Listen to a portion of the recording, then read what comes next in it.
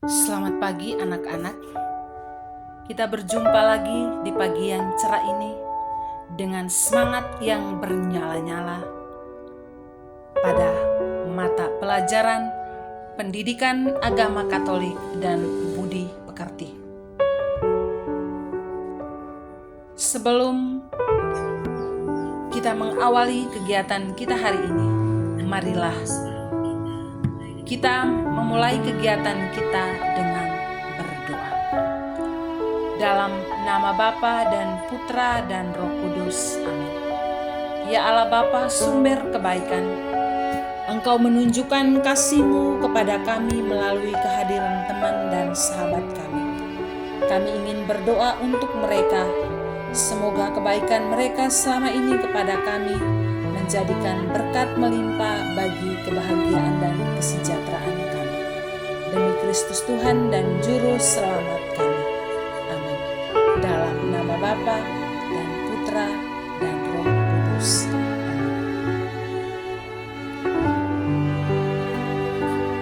Anak-anak, sebelum kita mendalami materi peran teman bagi perkembanganku, ada beberapa tujuan pembelajaran yang akan kita capai pada kesempatan ini. Peserta didik mampu memahami peran teman, menghayatinya sesuai dengan pesan kitab suci, mensyukurinya dan kemudian mewujudkannya dalam tindakan nyata. Peserta didik yang baik, kita akan melihat arti dari berteman dan bersahabat. Kita lihat yang pertama dari arti berteman. Berteman dapat diartikan sebagai hubungan atau relasi yang terjadi antara dua orang atau lebih, baik itu laki-laki dengan lawan jenis ataupun sejenisnya, yang bertujuan untuk bersosialisasi atau mencapai sesuatu yang ingin dicapai. Yang kedua, kita melihat dari arti bersahabat. Sahabat berarti seseorang yang sanggup bertahan mendampingi kita ketika kita mengalami kegagalan ataupun keberhasilan dalam hidup kita. Sahabat itu adalah orang yang selalu memberi penghiburan ketika kita mengalami kesusahan, tidak membiarkan kita berbuat salah. Ia hadir untuk memberikan nasihat, tidak pernah menuntut melebihi kemampuan kita, dan bersedia menerima kita apa adanya. Yang berikut, kita melihat perbedaan antara sahabat dan teman. Sahabat adalah setiap saat, tapi teman hadir sesaat. Yang kedua, sahabat selalu mempunyai solusi, tapi teman hanya basa-basi. Yang ketiga, sahabat sering membuli, tapi teman suka memuji. Yang keempat, sahabat tak pernah punya alasan, tapi teman banyak alasan. Dan yang kelima, sahabat mampu terhitung, tapi teman tak bisa dihitung.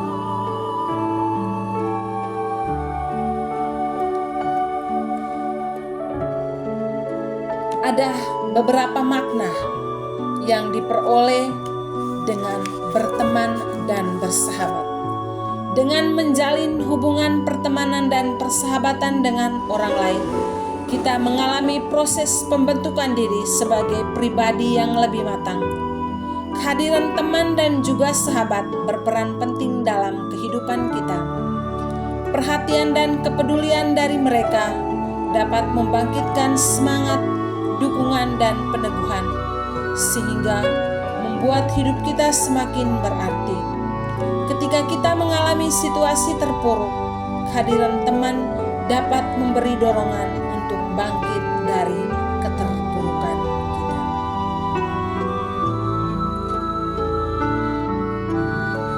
Anak-anakku sekalian, kita sudah melihat arti berteman dan bersahabat.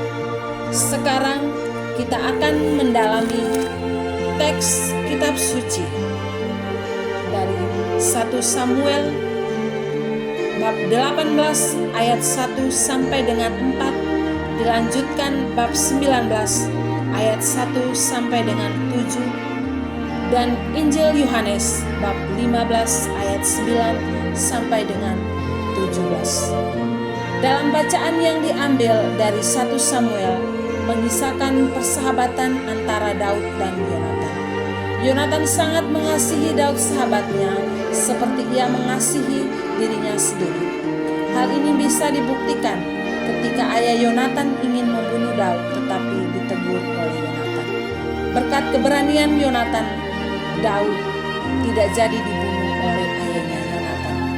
Yonatan memperlihatkan sikap yang luar biasa dalam persahabatan. Dia mengakui kebaikan dan kebenaran sahabatnya. Yonatan tidak mau mengkhianati persahabatan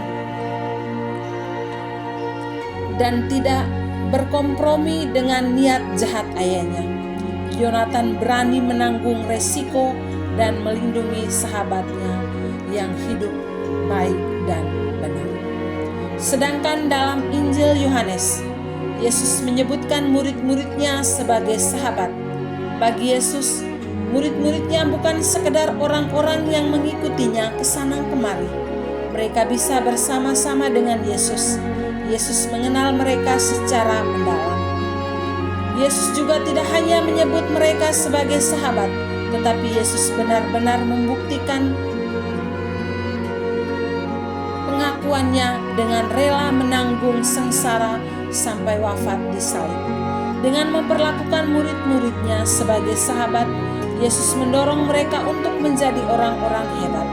Terlepas dari latar belakang mereka sebagai nelayan dan petani, setelah Yesus terangkat ke surga, mereka berani tampil untuk berkhotbah dan mewartakan Injil.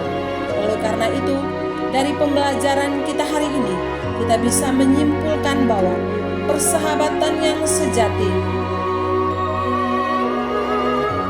adalah persahabatan yang dilandasi oleh kasih Allah, dan demi kasih-Nya kepada manusia, Allah berkenan mengorbankan anak-anaknya. Anak-anakku sekalian, kita akan menyimpulkan dari arti berteman dan bersahabat dengan bacaan teks kitab suci yang barusan kita dengar. Kita butuh kehadiran orang lain, baik sebagai teman ataupun sahabat, agar dapat mengembangkan diri kita. Tetapi teman dan sahabat itu beda. Perbedaan itu nampak dalam kadar pengenalan dan hubungan itu sendiri. Dalam tingkat pertemanan, pengenalan kita sangat terbatas. Misalnya terbatas pada nama, asal sekolah, atau alamat rumah. Tetapi dalam persahabatan, kadar pengenalan, relasi serta komunikasi jauh lebih mendalam.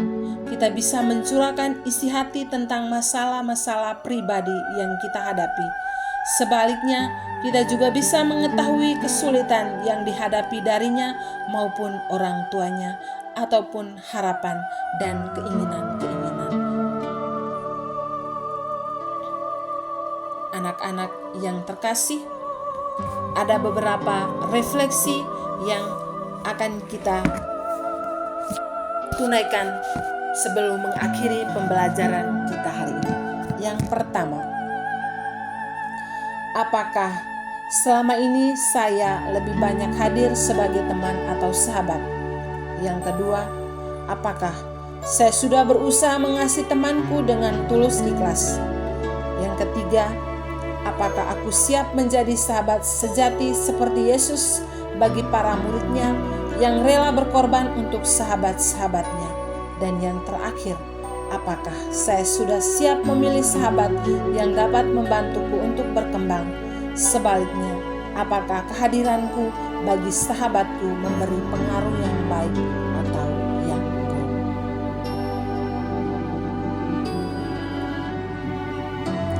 Anak-anak yang terkasih,